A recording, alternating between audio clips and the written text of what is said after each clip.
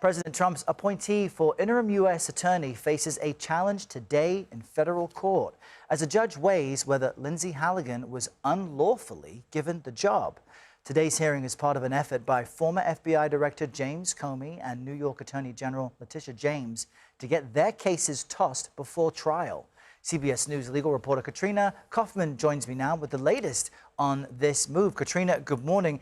These are separate efforts essentially doing the same thing. What is in these complaints and what will the judge have to decide? You're right, Errol, but essentially Letitia James said that these should be combined because her and James Comey are making the same argument here.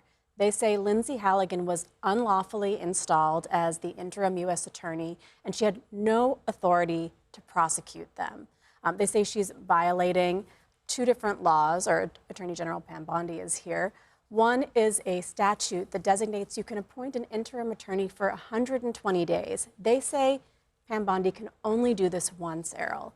They also say this is in violation of the Appointments Clause of the Constitution, which says ultimately the president has to name someone that is confirmed by the Senate.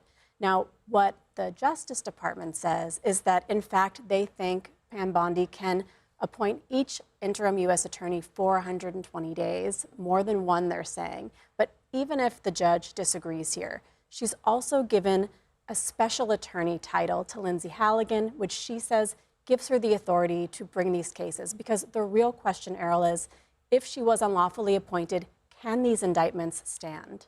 And how might the outcome impact cases against James and Comey? I mean, they could potentially ultimately be dismissed. It all depends what this judge decides. So there's the question, was she unlawfully appointed? If so, should the cases still be dismissed? What's really unusual here is that Lindsey Halligan went alone into these grand juries, Errol. She was the only one to sign the indictments. By comparison, judges in other states, California, Nevada, and New Jersey, have disqualified Trump-appointed U.S. attorneys, but they let indictments that were brought while they were in office stay because career prosecutors were deeply involved in those.